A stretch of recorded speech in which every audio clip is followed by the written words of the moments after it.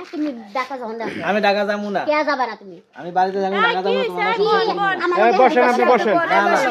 এই শুনে, এই কি আটানি করতেছেন? প্রবলেম কেমন? আমার জামাইরে আমি টানতাছি, আপনাদের সমস্যা। আচ্ছা আপনারা বসেন, আপনি জামাই ঠিক আছে, বসেন। কি ঝামেলা হইছে ভাই?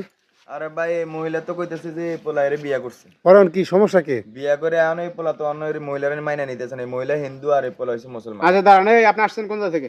আমি ঢাকা মালিবাগ থেকে আসছি। মালিবাগ থেকে আসছেন? হ্যাঁ। এই যে গাজীপুর কোনাবাড়ি। হ্যাঁ, বিয়ে করছেন কারে? আমি ওরে বিয়ে করছি। সংসার করছেন কতদিন? 1 বছর। আপনি করতেন কি ঢাকায়? আমি চাকরি করি গার্মেন্টসে। আর আপনি কি করতেন? আমি রবি কোম্পানি চাকরি করি। সিম কোম্পানিতে। সিম কোম্পানিতে চাকরি করেন? হ্যাঁ রবি। বিয়ে করছেন এটা সত্য? সত্য। সংসারও করছেন? হ্যাঁ। কেন সমস্যা? সংসার করার পর সমস্যাটা কি হয়েছে আপু বলেন?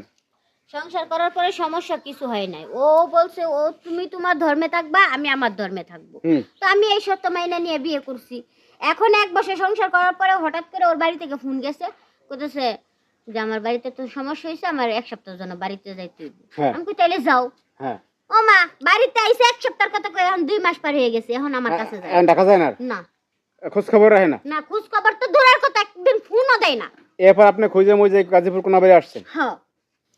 এখন ঘটনা হয়েছে ভাই, আপনি কি করতেছেন? আপনি যান না কেন ঢাকায়? আমি ঢাকা যাই না, আমি এবউ রাখবো না, আমি এটা ছাইরা দেবো। টাকা পয়সা যা লাগলে লাগুক, কিন্তু আমি এবউ নিয়ে সংসার করবো না আর।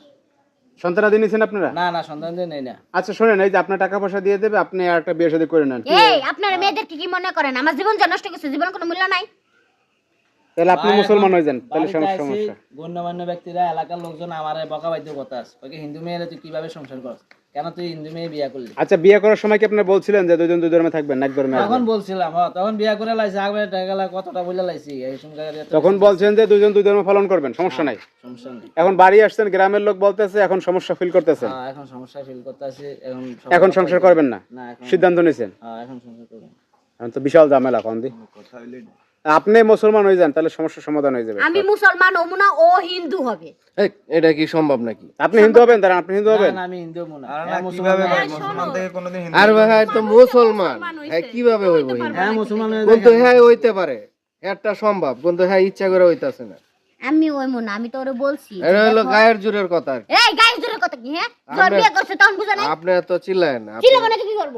মাথা ঠান্ডা করেন, মাথা ঠান্ডা করার মতো কোনো কথা কথা বলেন বুঝতে আপনি? চেষ্টা করেন। আপনি চুপ দাঁড়ান, থাকেন। দাঁড়ান, এখানে যত শোনেন। সংসার করতে আপনি আইছেন, এখানে মুসলমান হন। লিটন ভাই ঝামেলা আছে, বড় ধরনের ঝামেলা আছে। কারণ ঘটনা হয়েছে এরা দুইজনে আসলে সমান অপরাধী, ঠিক আছে? দুজনের তো দুজনে অপরাধী। সমান অপরাধী এরা। এখন একটা বিশাল পেজ গিয়ে এটার তো সমস্যার সমাধান আমি দেখতে পাইতেছি না। কি করেন নয়ন ভাই? এটার কোনো সমাধান নাই, হয়তো ছাইরা যাইতে সমাধান হইব, আরেকটা আছে। আপনারা যে কোনো একজনের ধর্ম চেঞ্জ করতে সমাধান হবে। আরেকটা আছে, দুজনে গ্যারামতে বাইর করে দেন। বাইর করলে কি সমস্যা? বাইর করলে হ্যাঁ, অন্য ছেলে হিন্দু ছেলে দেখে বিয়া করে লাগে, এই, ঝামেলা। আমারে যে কইতাছেন টাকা পয়সা দিয়ে আমারে ছাইরা দিবেন, আমার জীবনটা যে নষ্ট করে দিবেন একটাবার ভাব। আর ভাই কেউ জীবন কেউ নষ্ট করতে পারে না। ঘটনাটা ঘটছে গাজীপুর কোনাবাড়ি। দেখেন আসলে এই সমস্যার সমাধান কি, এটা আপনারা অবশ্যই কমেন্টসে জানাবেন। সবাই ভালো থাকবেন, তাহলে আল্লাহ হাফেজ সবাইকে।